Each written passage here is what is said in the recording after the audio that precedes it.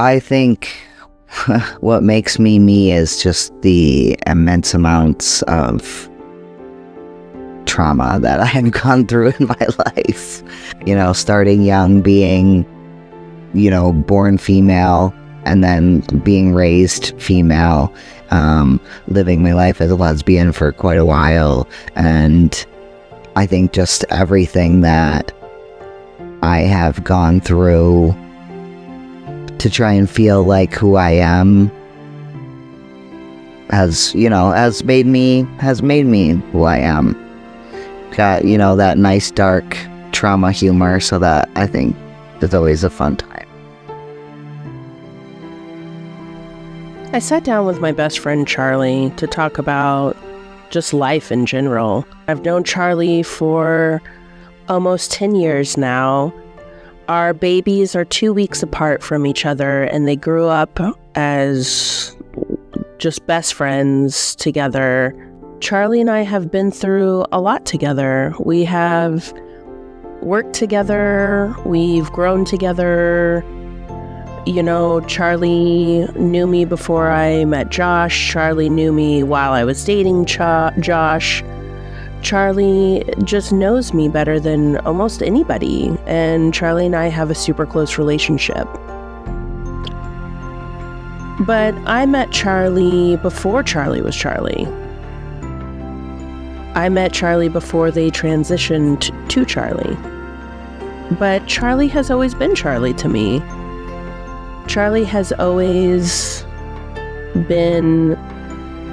I think people say that when you transition, maybe that you change. But when Charlie transitioned, I don't think Charlie changed at all. I think Charlie's always been Charlie. In today's episode, I'll talk about gender identity and what it means to be transgender. I'm Jess Faulkner, and this is Just Jess. This episode is titled A Transgender Talk with Charlie. So we decided to take this opportunity to do an interview for the podcast. I'm really excited about it because you guys know I obviously talked about Charlie a lot and in anticipation for him coming to visit me, but also the fact that he is my best friend and, he's been in it, going through it right now. So Tell me a little bit about that. I know you mentioned recently single, recently bipolar schizophrenia. Yeah. Rapid cycling bipolar. Congratulations. Welcome to that club. It's fun. Yeah, I hate it. That's terrible. Yeah. It's like I spend so much time almost forcing myself to stay in mania just so I don't have to drop down into depression, that it's exhausting. It is. I don't think people realize that too, especially when you're manic. I feel like my body just, even if I'm just sitting still, which wouldn't happen anyways, manic, I feel like my body's just moving in these weird little, almost like shakes. So I'm exhausted. It's exhausting, physically, to be manic. Especially because you have all this energy inside of you, but you can't do anything big enough or fast enough to get it out. Yeah. And it's exhausting. Yeah. It's nice with the job that I have because I can at least have that, and that is always, picking up heavy stuff and putting it down. As much as it sounds mundane, I could do it I do it for hours, and it's easy for me. I find it's just such easy work, especially during manic episodes, because I'm so full of energy and don't burn out, like a lot of the other guys will. I struggled with rapid cycling, with keeping a job, because as quickly as I cycled, maybe I got a job manic and I was like, oh my God, I'm going to do this job. I'm going to do this job so hard. And then I went through a depression, and then I was manic again. And by the time 2 weeks has passed, I'm miserable at my brand new job. Well, I almost think it's because my job is so physical. It doesn't feel like a job. It feels like I'm going to the gym. So And also my job requires me to literally not like use much of, I don't have to use my brain at all. I can shut my brain just completely off and just kind of robot through the whole night if I need to. You know, if I need to just stare at a blank wall all night and lift boxes, I can. Lift. Yeah, lift box. Set box down. But do you like it? I absolutely love it. I really do. I look great. I mean, that's the biggest thing for me is like I look great. You do look, and I don't have to do anything. I mean, I don't eat whatever I want, but I could eat whatever I wanted. You know what I mean? Like, or well, I shouldn't say whatever I want. I do. I just, you know, I don't go crazy on the stuff you shouldn't have, but I could, and it wouldn't, I don't think, make too much of a difference. And I enjoy the people who I work with. They're just the more gritty kind of society, and I really love that. Because you keep strange hours too. Yes, I work 11 p.m. to about 8 a.m. with an hour break in between. So if we're talking about overnights, let's talk about sleep. How's that going? Not good. Not good. I have a hard time with sleep. It's like a big thing with my therapist and my prescribing psychiatrist, and I get tired and I can fall asleep, but I cannot stay asleep. So I'll sleep for maybe 2-3 hours and I am just up like that, and I'm done. Yeah. You know, and then I don't need. I mean, well, generally speaking, especially if I'm got a billion things going on, which usually I do for whatever reason, because I made a billion things for me to have going on. Right. And so I won't even like nap during the day. So I'll go like 2-3 hours and then not sleep for like 35 hours and then just completely crash and then sleep through my alarm. That's happened a couple times. Oh yeah. Yeah. Yeah, and so I've talked about in the podcast before, you know, I just talked about bipolar disorder and how sleep is just such an important, like, you know, as people who cycle, it's so important for us to have periods of regularity because we can't emotionally regulate ourselves. Right. So, like, sleep, you know, is just so important. And I read that we're supposed to get more sleep than the average person. Right. Yeah. Yeah. So, but then, of course, insomnia. Yes. Goes hand in hand with bipolar disorder. It's great. Yeah, it's wonderful. Yeah. Most important thing, and it's the one thing that you can't do. Yep. Yeah. So I'm supposed to sleep from about 2 p.m. to about like 10 p.m. Ideally, I would sleep that time. 2 to 10. Okay, well, wow, that takes a lot of your day. That takes a lot of, like, your day. Yeah. And you don't sleep like that at all. No. Yeah, I know. I'm lucky if I get to bed by like 5, and then maybe 5 to like 8 or 9, because then I've woke up and I'm just awake and ready to go do work or whatever.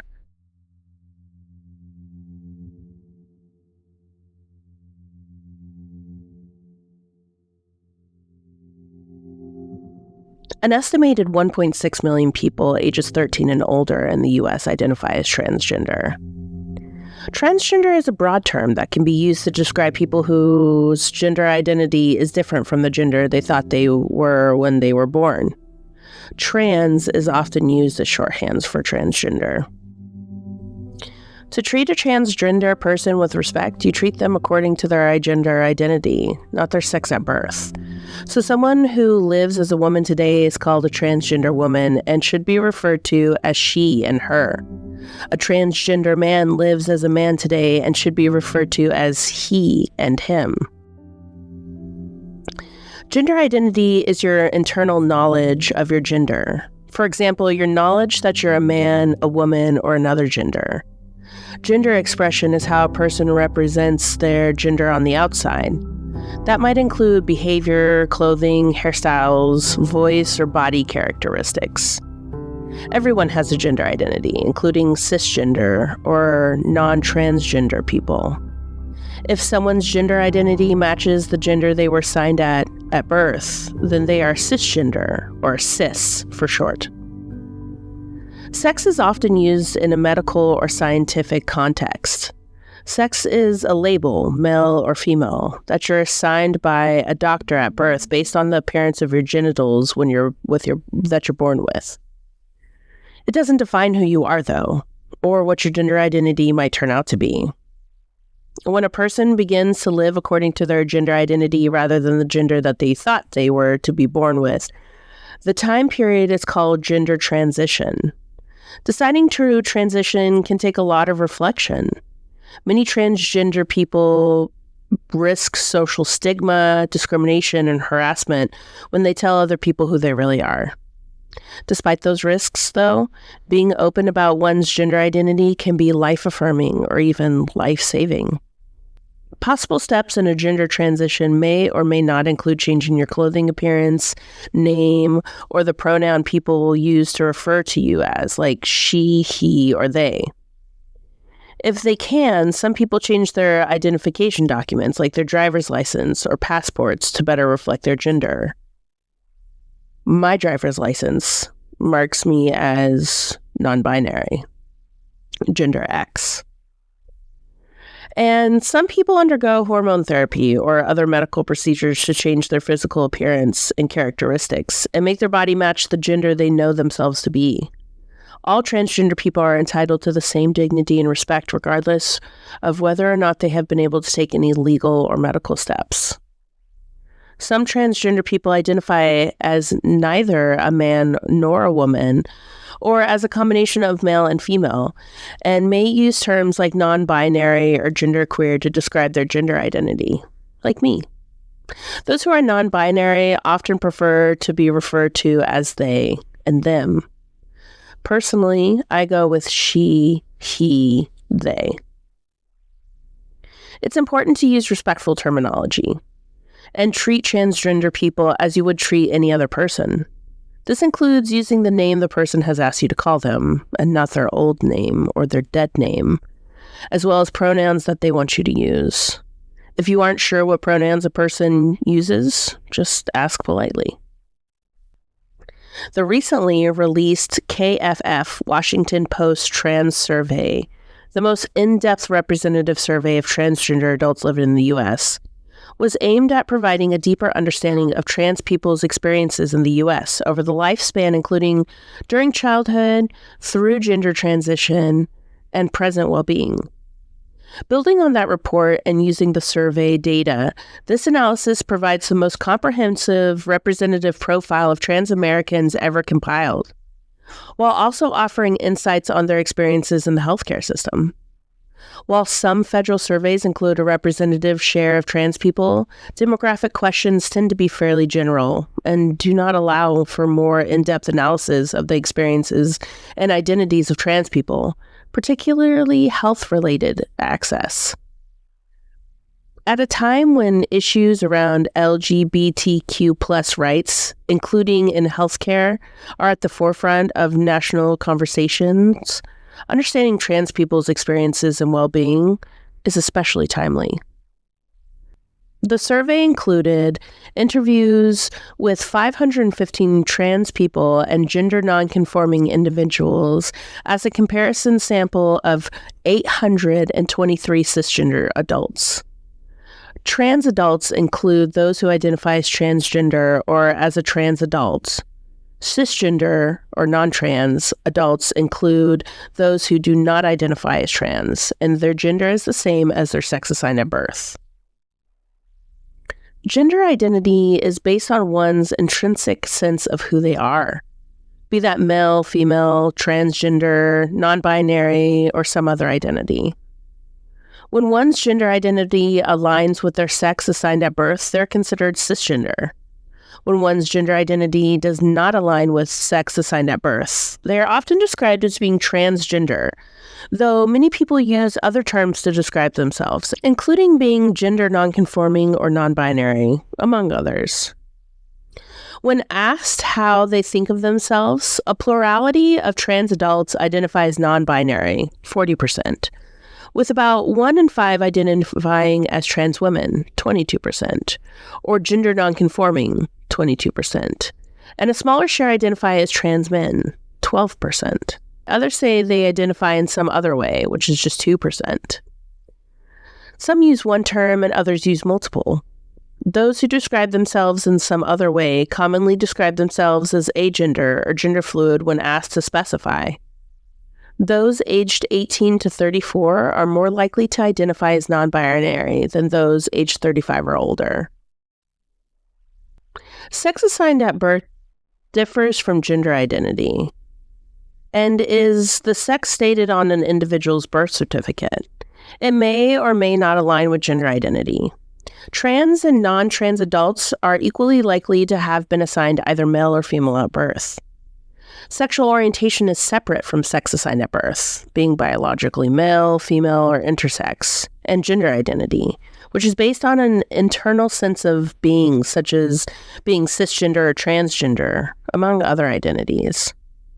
Sexual orientation refers to the gender or genders someone experiences sexually, emotionally, or romantically for attraction or attachment to.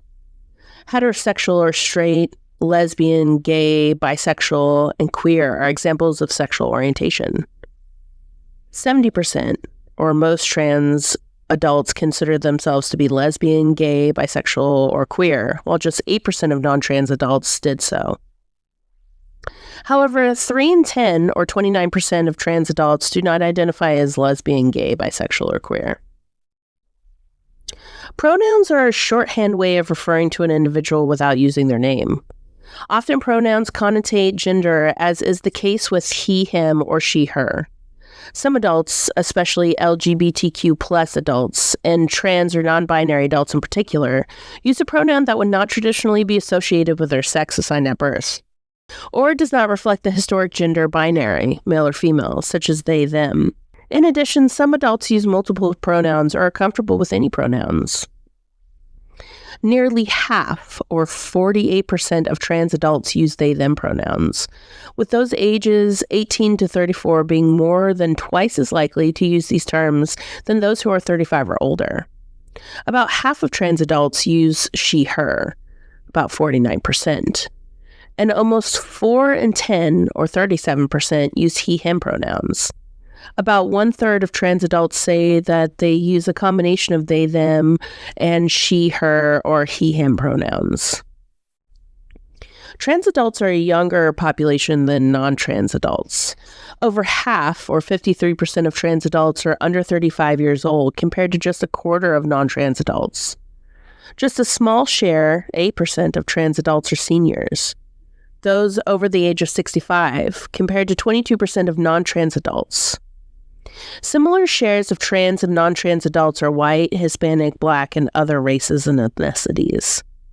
A larger share of trans adults have incomes below $50,000 per year than non-trans adults, potentially reflecting younger age, lower levels of education, and higher unemployment. Trans adults have lower levels of education when compared to non-trans adults. More than 8 in 10, or 84%, have less than a college degree compared to 65% of non-trans adults. Non-trans adults are more than twice as likely to have graduated college than trans adults. This finding held true even when controlling for age and despite having similar incomes at most levels. A larger share of trans adults report being unemployed or being students than non-trans adults, and smaller shares report being retired, likely due to the fact that trans adult population is younger in age than the non-trans adult population. Similar shares report being employed, being on disability, or being a stay-at-home parent or homemaker. Trans adults are about half as likely to be currently married than non-trans adults, and are less likely to have ever been married, which likely reflects, at least in part, their younger age. However, they are twice as likely to be living with an unmarried partner. The share of trans adults who are widowed or divorced is similar to that of non-trans adults. Here's more from Charlie. Okay, well, tell me about your Tell me about what you've been going through recently. I mean, so obviously you're here. This is not a phone interview. It's an in-person interview. So from Syracuse to Sumter, big difference. Yeah. Oh my gosh, big difference. Charlie and I went out last night to just kind of, quote, tear up the town. Oh, yeah. Which we successfully did.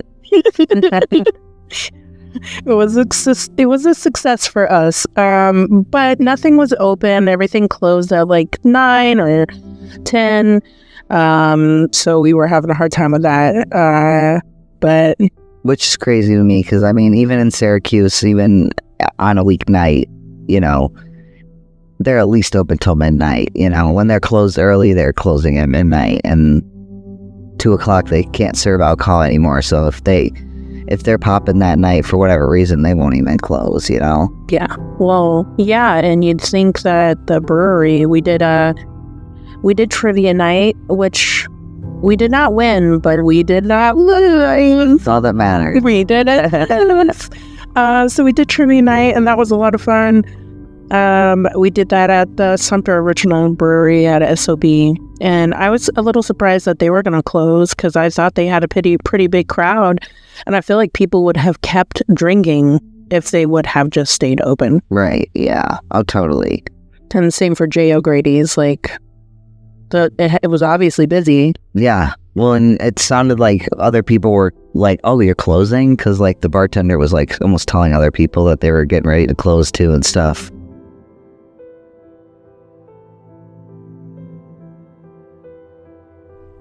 Larger shares of trans adults report being uninsured than non-trans adults.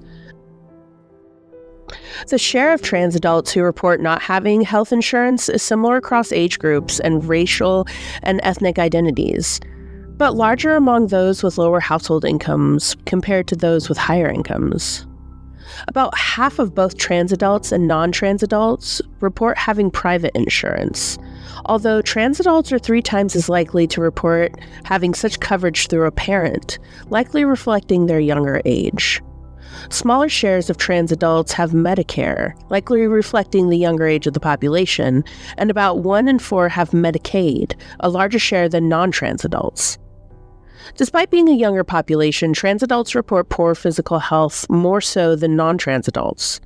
Looking back across the past 30 days, on average, trans adults had more days with their physical health, including physical illness and injury, that was not good. Smaller shares of trans adults than non-trans adults had 0 days when their physical health was not good in the preceding 30 days, and nearly double the share of trans adults said their health had not been good for 21 to 30 days. Among trans adults, there were minimal differences when looking across demographic factors, including race, ethnicity, age, and income. Similarly, while 4 in 10 non-trans adults say that there were 0 days in the past month with their mental health, including stress, depression, and problems with emotions, was not good, just about 1 in 10 trans adults said so. Conversely, nearly 1/4 of trans adults say their mental health had been not good 21 to 30 days in the preceding 30 days. Notably, trans adults who reported having had a happy childhood reported fewer not good mental health days. Among trans adults, there were minimal differences when looking across demographic factors, including race, ethnicity, age, and income. In the main report on the survey, it's found specifically that trans adults report having higher rates of anxiety, depression, and loneliness than non-trans adults. I think it's important to also talk about how to respect transgender people when interacting with them. You should use the language a transgender person uses for themselves. No 2 transgender people are exactly the same, and different transgender people may use different words to describe themselves.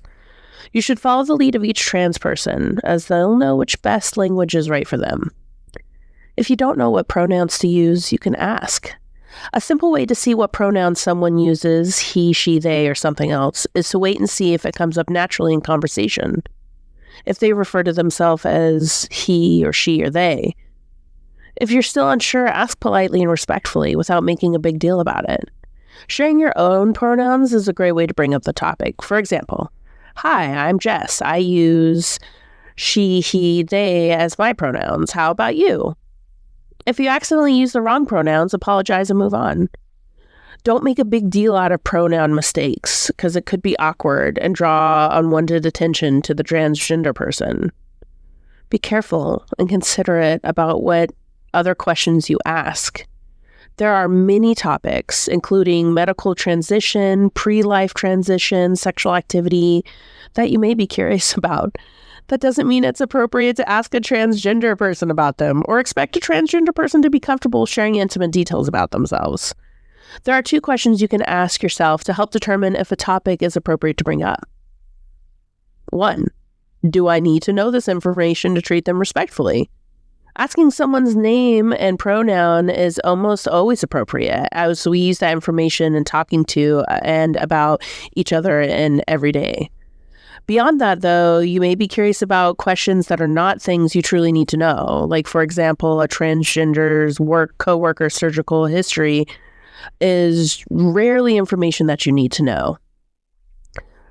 Would I be comfortable if this question was turned around and asked of me? Another good way to determine if a question is appropriate is to think about how it would feel if someone asked you something similar. For example, it would probably not feel appropriate for a coworker to ask you about your private areas of your body. Likewise, it's probably not appropriate to ask similar questions about a transgender coworker's body. Here are some specific topics that many transgender people are uncomfortable discussing with anyone but those closest to them. Their birth name, which you should never call their real name, or pictures of them before they transitioned. What hormones they are or aren't taking, what surgeries they have or had not had, and questions related to sexual relationships. Someone's transgender identity is their private information to share or not. Just because someone has told you that they're transgender doesn't necessarily mean that they have told you everyone in their life. A transgender person may choose not to tell others that they're transgender because it's unsafe to do so, because they're worried that they'll be mistreated or fired, or simply because they don't want to share that information with someone. It is not up to you to decide who should or shouldn't know that a particular person is transgender. Similarly, transgender people should be the ones to decide how much information is being shared. A transgender person may be open about being trans, but only want to discuss medical issues with certain close friends. Simply because a transgender person has told you something about their experiences doesn't mean they want everyone to know. Avoid compliments or advice based on stereotypes about transgender people, or about how men and women should look or act. People sometimes intend to be supportive, but unintentionally hurt transgender people by focusing on their looks or whether they conform to gender stereotypes. Here are some examples of what to avoid, as they often feel like backhanded compliments. Oh, wow, you look like a real woman. I would have never known that you're trans. Or, you would look less trans if you just got a wig or shaved your hair or wore better makeup, or etc. Or, no real man would ever wear clothes like that. You should change if you don't want people to know you're transgender. And even, I date him even though he's transgender. It's important to be outspoken, to be an outspoken ally for transgender people. Speak out in support of transgender people and transgender rights. Politely correct others if they use the wrong name or pronouns for a transgender person. More broadly, it's important to challenge anti-transgender remarks, jokes, and conversations. It can be scary to speak out, but loud and visible support of transgender rights can show transgender people that they are accepted, encourage other allies to speak out, and help change the minds of people who aren't supportive of transgender people yet. Support transgender people who experience discrimination. Transgender people may feel that they don't have the support from others when making complaints about discrimination, or bringing their experiences to authorities, administrators, or other people in positions of power. Make it clear that you will support the transgender people in your life, whether or not they decide to make a formal complaint. Think about how you use gendered language. Do you regularly greet groups by saying, ladies and gentlemen? Do you have a coworker who refers to everyone as guys? Or dudes? Is there a particular gender-based joke your friends love to tell? Many transgender people are fine being called ladies or gentlemen, but you can't know without asking first.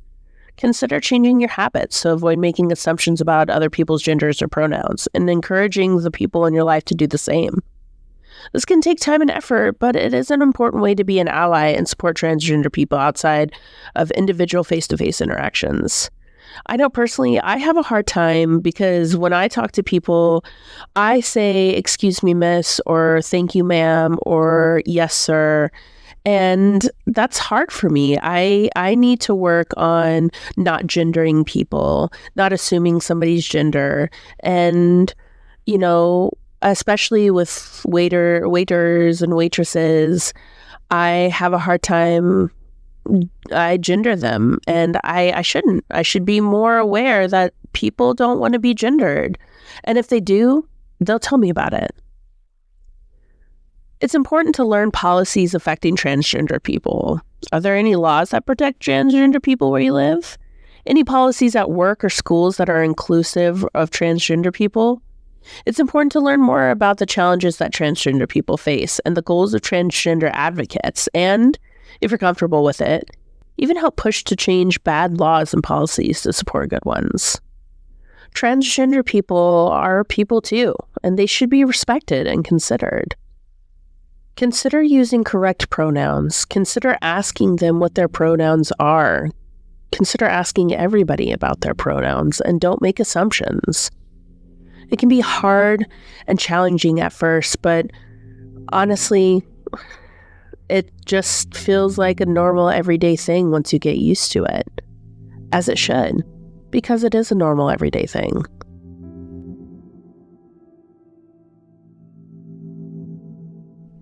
Charlie gives some pretty good advice on life. Here's some more with Charlie. I tell anybody I'm interviewing, that this is a safe place, a safe space, of course. But it is a platform as well for your voice to be heard. So if there's anything that you want to share or feel like you need to share, this is the place for that. Right. I struggle a lot with trying to not be upset with my younger self for taking so long to kind of figure out who I am. And so I guess just having that, just being, just don't be mean to yourself. It'll be okay. Okay, I'll figure it out eventually. Okay.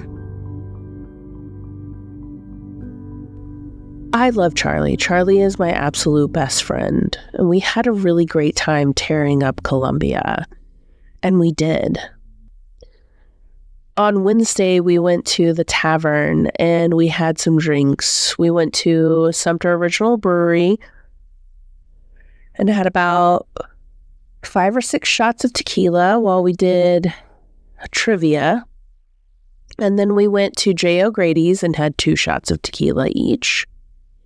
And they were closing, so we went to the tavern and had 2 more shots of tequila. So me, being 200 pounds, had 10 shots of tequila and was drunk. Charlie, being 100 pounds, had 10 shots of tequila and probably had alcohol poisoning, to be honest. Poor Charlie.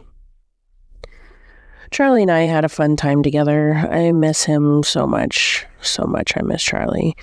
We basically tore up the town, which was a lot of fun. We did. We tore up the town. We tore up Sumter, and then we tore up Columbia, because that's just how we do. That's how we do. So it was a lot of fun. Wednesday, we went to Sumter Original Brewery, and we did trivia night, and we weren't the worst, but we did not win. We did not win, but I would say we did not lose. So that was fun. And we had about 5 or 6 shots of tequila each over a period of like 2 hours. So that was fun. And then we went to J. O'Grady's because the brewery was closing. So we went to J. O'Grady's and had 2 more shots of tequila. And then we went to the tavern and had 2 more shots of tequila. And we met a friend and we played darts. And then we Ubered to Taco Bell. And I was trying to get the Uber driver to take us through the drive-thru. And she was like, I will not. And I was super bummed because that's what we needed. We needed tacos. And she just would not have it. So I went inside to get us some tacos. And they were like, yeah, we can't help you with that. Because it was like 2 o'clock in the morning. And I am pretty sure they stay open till 3. But they couldn't give me what I wanted. And I was super bummed about it. And so then we Ubered home. And that was Wednesday. And then Thursday was just a day of rest because we were just hungover. We had like 10 shots of tequila the whole night. It was great. So Thursday was our day of rest. And then Friday, we went to Columbia. We got a hotel in Columbia and we went to Columbia and hung out there. We started at Mellow Mushroom and had sampled some pizza and had some sour beers, which were very delicious. One of them was almost like a dessert beer. I couldn't drink it I couldn't drink more than 1 glass because it was like a dessert. Then we went to our hotel and we drank at our hotel bar for a little bit. Then we went to the art bar and we drank some at the art bar and we hung out at the art bar in Columbia, which is really cool. There's robots in there and the bathrooms are full of graffiti and it's just a really cool place. After the art bar, we decided to hit up the gay clubs. So the first one we went to, I don't remember what it was called, to be honest. The first one we went to, I was just so amazed because they had these dancers who were dancing on the table and I don't feel like I was objectifying them, but they were in such great shape. Like I was looking at them thinking like, wow, your body is freaking amazing. And they were fantastically fit. It was crazy. And they were great dancers. So that was cool too. So we did that. We hung out there for a while and had a couple drinks. And then we went to another club and hung out there for a bit. There was a drag show. I was dancing. Charlie slipped a 5 in my bra. It was a lot of fun. I'd say we successfully tore up that town, to be honest. Very successfully tore up Columbia. We closed everything down. We closed down Columbia. Then we went back to our hotel room and got back to our hotel room, which I thank Charlie for because I'm pretty sure Charlie's the one who got us back to our hotel room. I did not even help a little bit getting us back to our hotel room. So thank you, Charlie. Thanks, Charlie. We woke up Saturday pretty, I don't know if we were hungover, but we woke up Saturday feeling pretty groggy and we went to have coffee. We went and had coffee downstairs, but then we were like, no, this isn't good. We need a Bloody Mary. So we went to a brunch place and had some food and drank some Bloody Marys and just kind of did the whole hair of the dog thing, which was wonderful. It was great. I need a Bloody Mary right now. Do I need a Bloody Mary right now or what? I do. Answer is I do. I do need a Bloody Mary. I'm going to try and get one this weekend, I think. Maybe I'll make one homemade. I should look into what it takes to make a Bloody Mary homemade because I feel like I would really enjoy a homemade Bloody Mary. What do you think? Yeah, I think I'd enjoy it too. So yeah, it was a lot of fun. And then Charlie left and it was really hard and sad, because Charlie's my best friend and we had a lot of fun together. But I interviewed Charlie while Charlie was here, just about life. Charlie has a lot going on. You know, Charlie is currently going through a separation. Charlie was just recently diagnosed with rapid cycling bipolar disorder, heyo, and mild schizophrenia and OCPD, which he thought he had OCD as like I do. But it turns out he has obsessive compulsive personality disorder, OCPD. But that's it for me today. Thanks for listening. Thanks for coming back. You guys, I appreciate all the support that you show me. Thank you so much for your support. And thank you for listening. I feel like we're talking about important subjects that need to be addressed and need to be talked about. And I'm happy that I can talk about those things with you.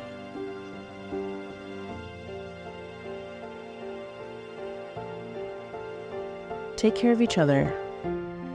Take care of yourselves. I love you.